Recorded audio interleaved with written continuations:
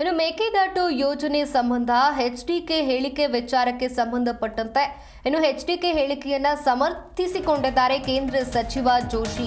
ಕುಮಾರಸ್ವಾಮಿ ಅವರು ಸರಿಯಾಗಿಯೇ ಹೇಳಿದ್ದಾರೆ. ಮೇಕೆದಾಟು ವಿಚಾರಕ್ಕೆ ಕಾಂಗ್ರೆಸ್ ಪಾದಯಾತ್ರೆ ಮಾಡಿದ್ರಲ್ಲ, ಮೇಕೆದಾಟುವಿನಿಂದ ತಮಿಳುನಾಡಿಗೆ ಏನು ತೊಂದರೆಯಾಗಲ್ಲ. ಮೇಕೆದಾಟು ವಿಚಾರಕ್ಕೆ 2 ರಾಜ್ಯ ಸರ್ಕಾರಗಳು ಒಪ್ಪಬೇಕು ಅಂತ.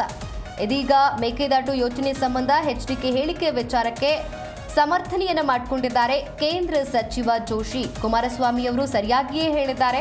ಮೇಕೆದಾಟು ವಿಚಾರಕ್ಕೆ ಕಾಂಗ್ರೆಸ್ ಪಾದಯಾತ್ರೆ ಮಾಡಿದ್ರಲ್ಲ, ಮೇಕೆದಾಟು ವಿಚಾರಕ್ಕೆ 2 ರಾಜ್ಯ ಸರ್ಕಾರಗಳು ಒಪ್ಪಬೇಕು ಅಂತ ಹೇಳಿಕೆಯನ್ನ ಕೊಟ್ಟಿದ್ದಾರೆ.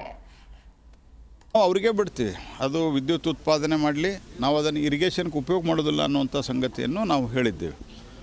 ಆದರೂ ಕೂಡ ಮಾಡ್ತಾಯಿರಿ. ಇನ್ನು ಇಂಡಿಗೇಟ್ ಬಂದಾಗ ಕಾಂಗ್ರೆಸ್ ಪಾರ್ಟಿಯವರು ಮಂತ್ರಿ ಇದ್ದಾರಲ್ಲ DMK ಸರ್ಕಾರದಾಗ, ಹಾಗಾಗಿ ಅವರು ಈ ಒಂದು ಸಮಸ್ಯೆಯನ್ನು ಅವರು ಅಲ್ಲಿ ಕೋಆಪರೇಷನ್ ಕೊಟ್ಟರೆ ನಮ್ಮ ಕೇಂದ್ರದಿಂದ ಯಾವುದೂ ತೊಂದರೆ ಆಗಲಾರದು ನೋಡ್ಕೊಳ್ಳೋ ಜವಾಬ್ದಾರಿ ನಮ್ದು ಇದ್ದೇ ಇದೆ.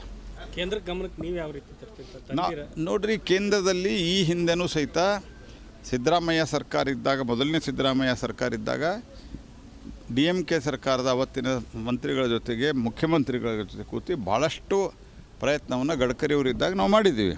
ಆದರೆ 2 ರಾಜ್ಯ ಸರ್ಕಾರ ಒಪ್ಪಿಲ್ಲ ಅಂದರೆ ಅಲ್ಟಿಮೇಟ್ಲಿ ಅದು ಐದಾರು ಟ್ರಿಬ್ಯುನಲ್ ಅವ್ರ ಕೋರ್ಟ್ ಮೂಲಕನೇ ಆಗಬೇಕು. ಹಾಗಾಗಿ ಟ್ರಿಬ್ಯುನಲ್ದಲ್ಲಿಯೂ ಭಾಳ ದಿವಸ ಏನು ಸಮಯ ತೆಗೆದುಕೊಳ್ತಿತ್ತು. ಆ ಟ್ರಿಬ್ಯುನಲ್ ಕಾನೂನದಲ್ಲೇ ನಾವೀಗ ಬದಲಾವಣೆಯನ್ನು ತಂದಿದ್ದೇವೆ.